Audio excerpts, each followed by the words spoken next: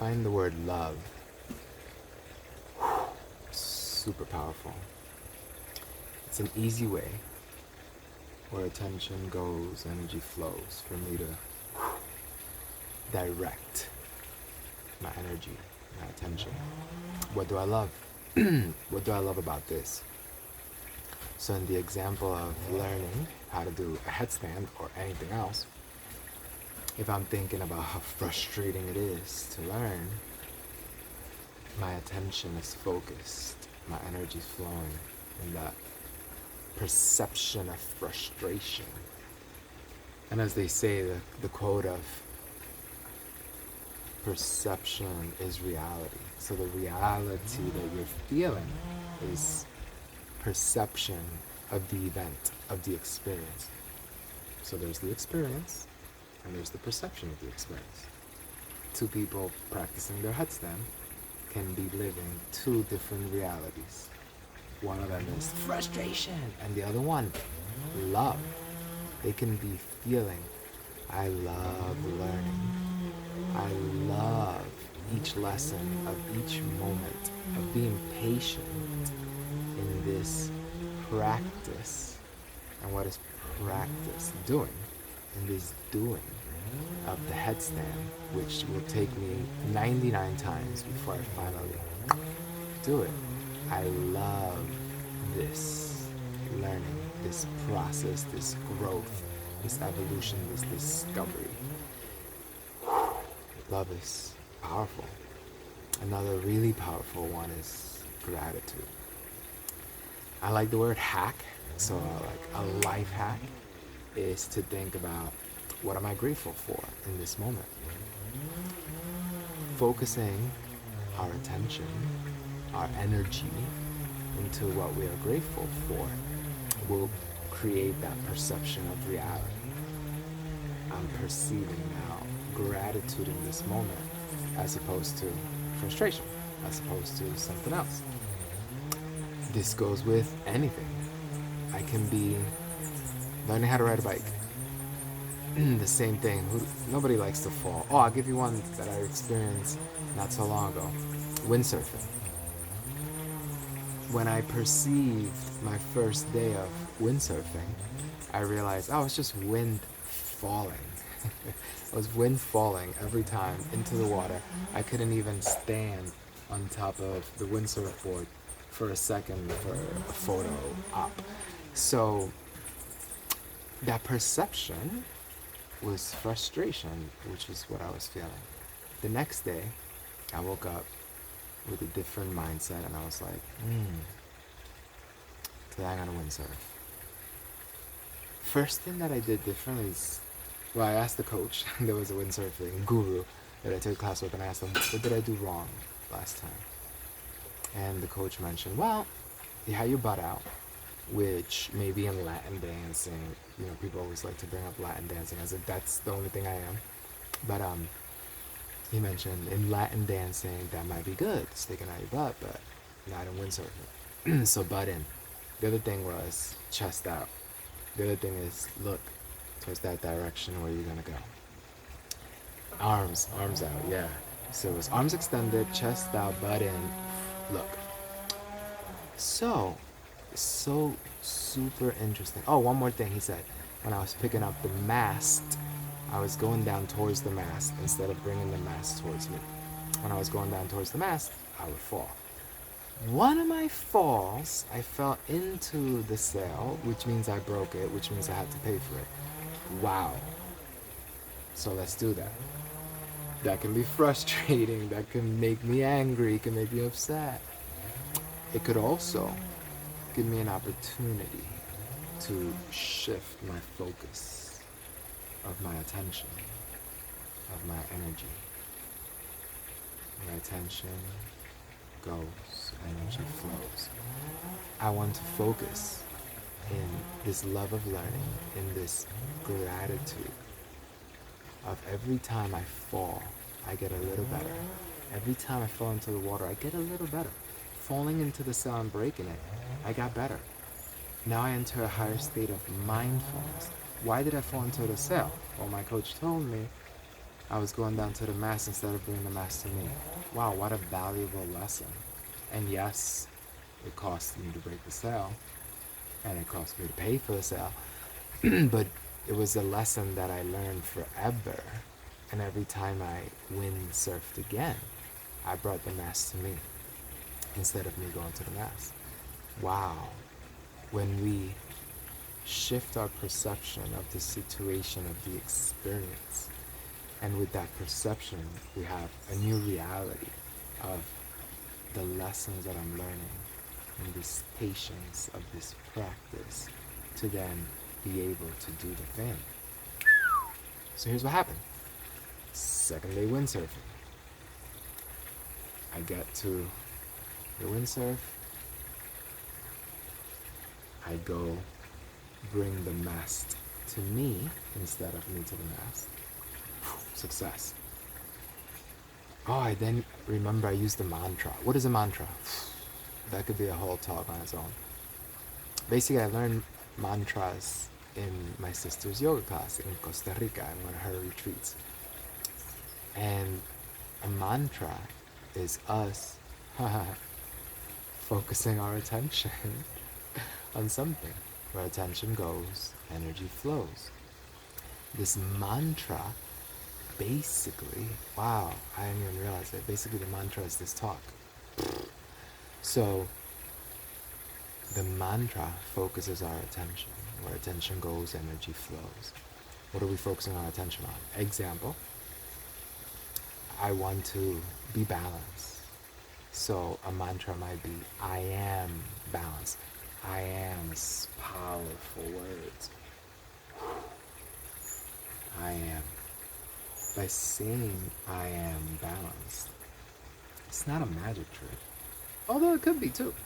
But I don't perceive it as a magic trick that I say I am balanced and now I am balanced. I perceive it as where attention goes, energy flows. I am balanced brings my mindfulness to this moment. And in this moment, I am practicing balance. What does practicing balance look like? Alignment. I am aligning my body. I am breathing. I'm being present in the mat. I am feeling my weight on one foot, on the other. I'm sharing my weight. I'm finding my center. Wow, there's so much that goes into this one thing of balance. By bringing attention to it, where attention goes, energy flows. I am now putting all of my energy, all of my focus, all of my perception into this. All the things that help me be balanced. Therefore, I become this balance as I am putting all of my energy into balance. Okay, so the mantra that I used was I am balanced. So I get on the windsurf and I say, okay, I am balanced. Butt in, and I repeated the words that the guru said. By repeating the words, I am attention. I'm bringing my attention. Where attention goes, energy flows. Bringing my attention to butt in, chest out, arms extended. Look. What happens next? Magic. I'm surfing. Windsurfing. How far did I windsurf? Okay. This was in Turkey. I was in Turkey. And I was in part of Turkey that's close to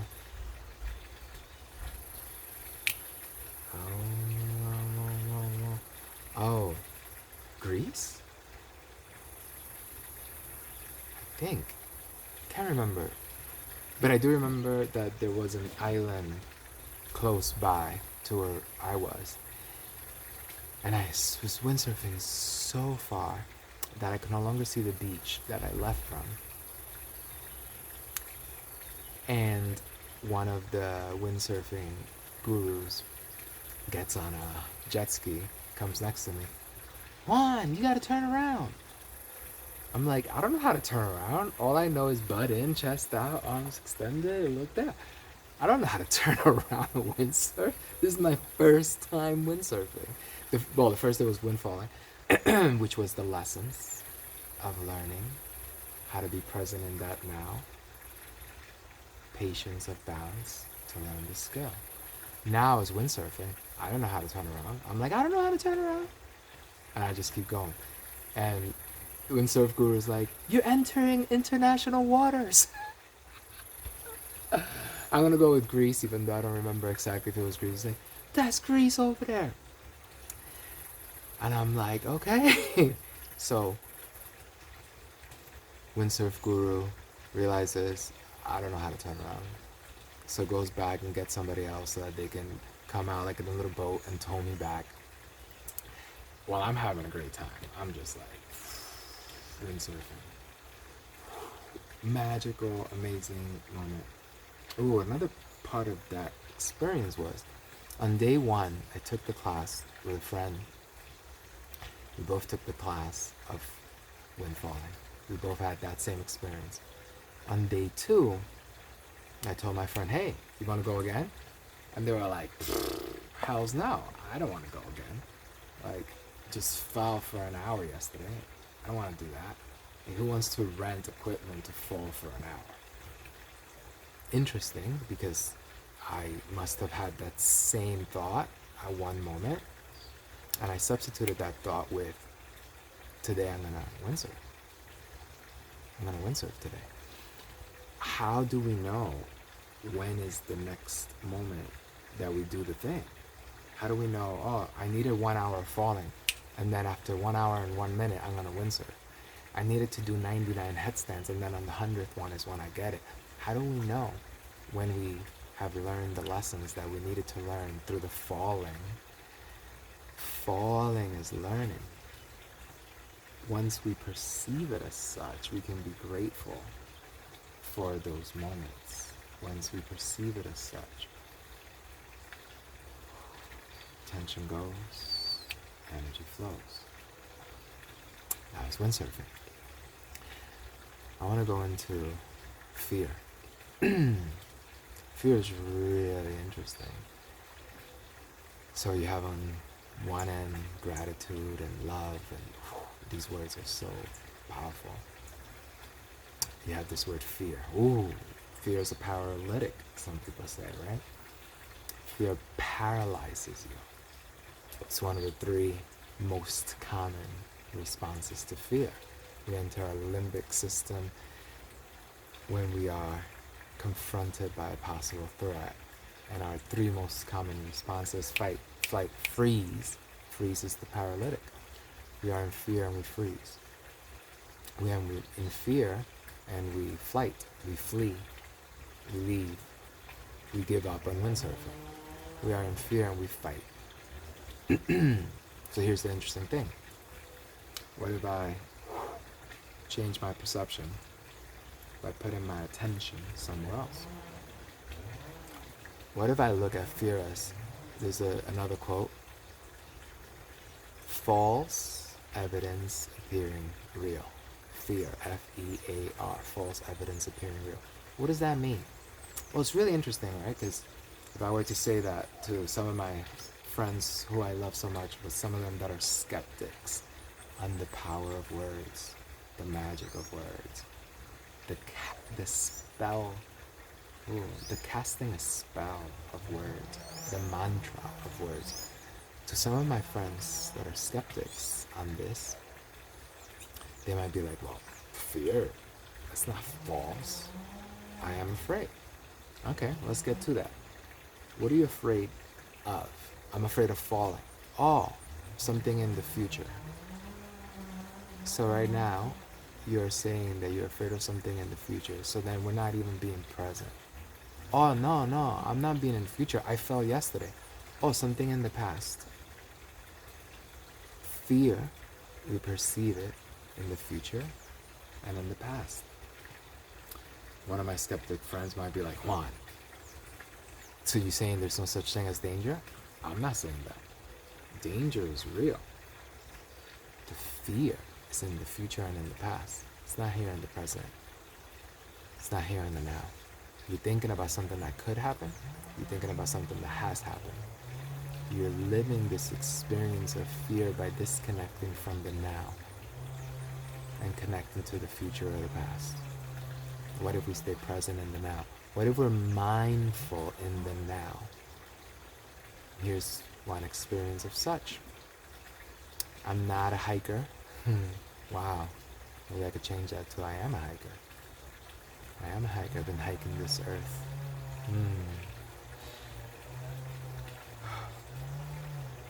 I had not climbed a rock ever until just the other day. I didn't even know how to approach it, right? When I first looked at it, fear. What was the fear? The future of me falling. So, focus in the present, in the now. I look at the rock with mindfulness, with open eyes, with presence in the now.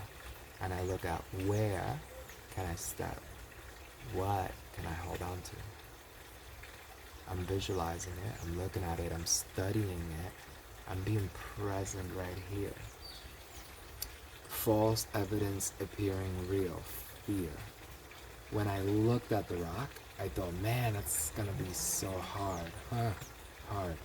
Another one of those words. It actually was not hard at all. I did it, I climbed it, and it was really easy. By being mindful, I understood where my hands needed to be and my feet and 3 points of contact and being in the now with this rock. It was a rock and a little bit of a cliff here, and I used both the rock and the cliff to help me get up. When I got towards the top, there were the roots. There was the roots of a tree, and I used them and the rock. It actually was quite easy. I feel I could take someone that's never hiked there and show them where I put my hands, and they will be able to do it effortlessly. So definitely, I agree 100%. There was false evidence appearing real. What was the false evidence? Me looking at this climbing of this rock as impossible, as difficult. When I look further introspection, when I went in and was mindful and present, I realized how effortless it was. What if the things we're fearing are actually not difficult at all? They're actually not hard. What if they just require presence in the now? Danger exists. There was a danger of height. Falling from a height equals a danger. I'm not saying be reckless. Opposite of that. Mindfulness, presence in the now, self-love. I am practicing that. As I am practicing that, dangers minimize with my mindfulness. Let's go there, mindfulness. I've learned so much in the very few hikes I've had in my life. This is another hike. I was with a friend that was visiting New York. And I was like, this friend likes to hike. I don't hike. Let's Google a place to hike. So we Googled this place to hike. And I thought my friend would love that because we're going to be in nature and they love to hike. So we go to this hike.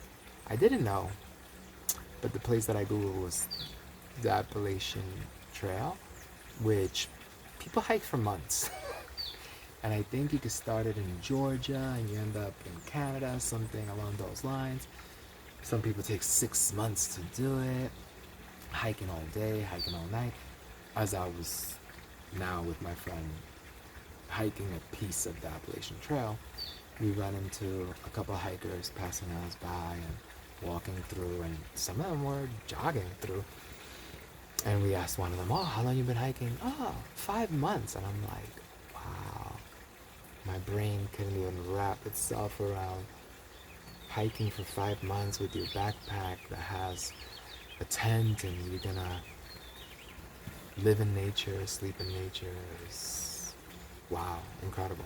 Any case, as we're hiking up, think about over 2 hours into the hike, my friend now says, all right, it's time to get back.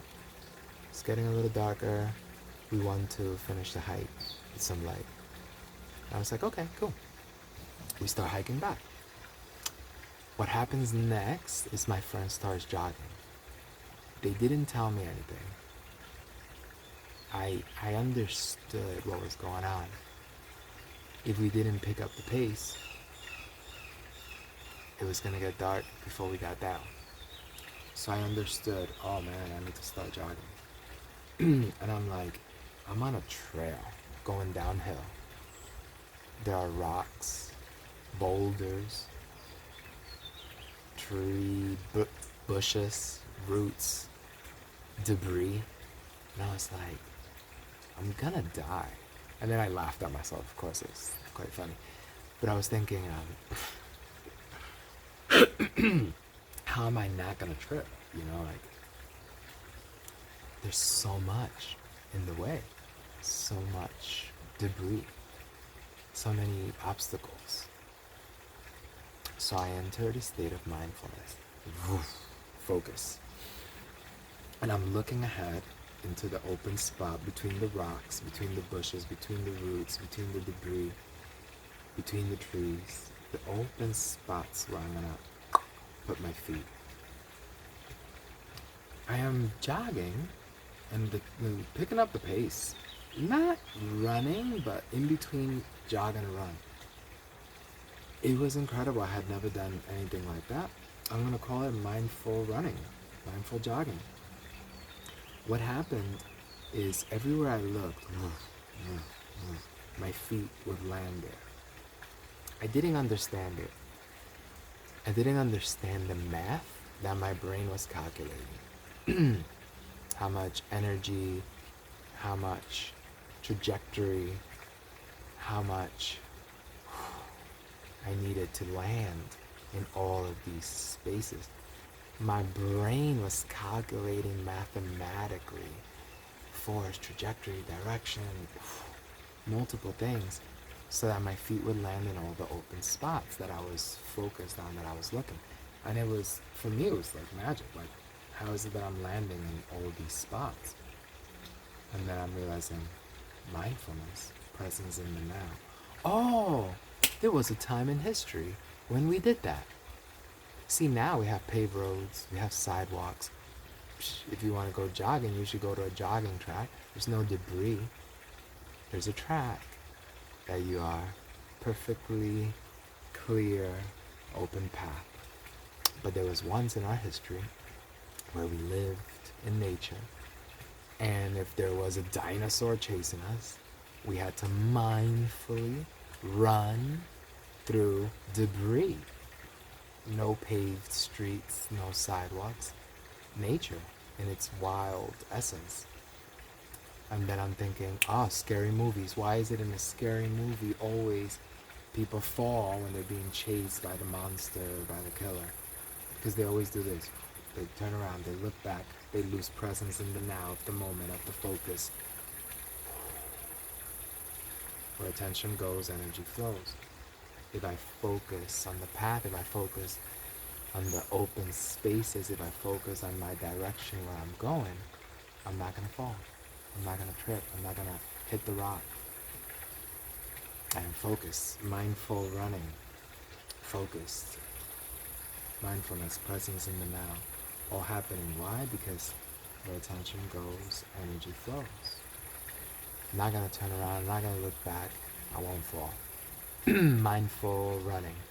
What an experience. And it was a high. And it was as if I was meditating, but in a run. Then I realized, this could be part of what runners call runner's high. You're one with your breath, with your track, with your direction. You're in a meditative state, focus, attention. It's beautiful. Beautiful. All right, so mindfulness. Love, supercharged word. Gratitude, supercharged word. Allow me to shift how I'm perceiving the experience. There's the experience, there's how we perceive the experience. Through the lens of love, gratitude, I can enter a different reality. How about that? Do you want a portal to a different dimension? Do you want a portal to a different reality?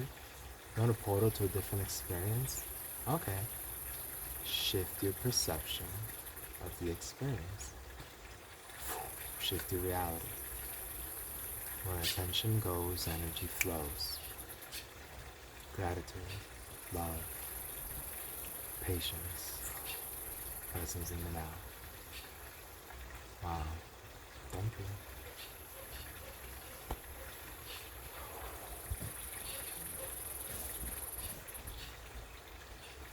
Birds. Insect. Water. Music. Nature.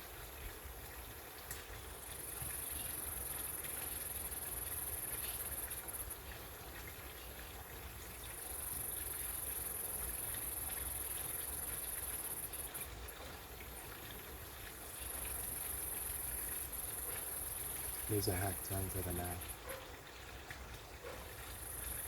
Take an intentional breath 4 seconds in. Exhale. Inhale. Exhale.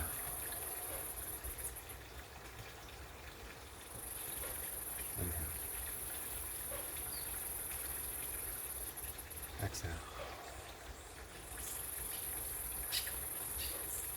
I find when I breathe intentionally, bringing my attention to the breath that's always there, always happening, automatically.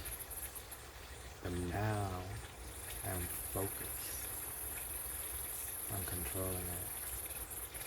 Brings me to a state of calm, to a state of focus, a state of peace, to a state of mindfulness.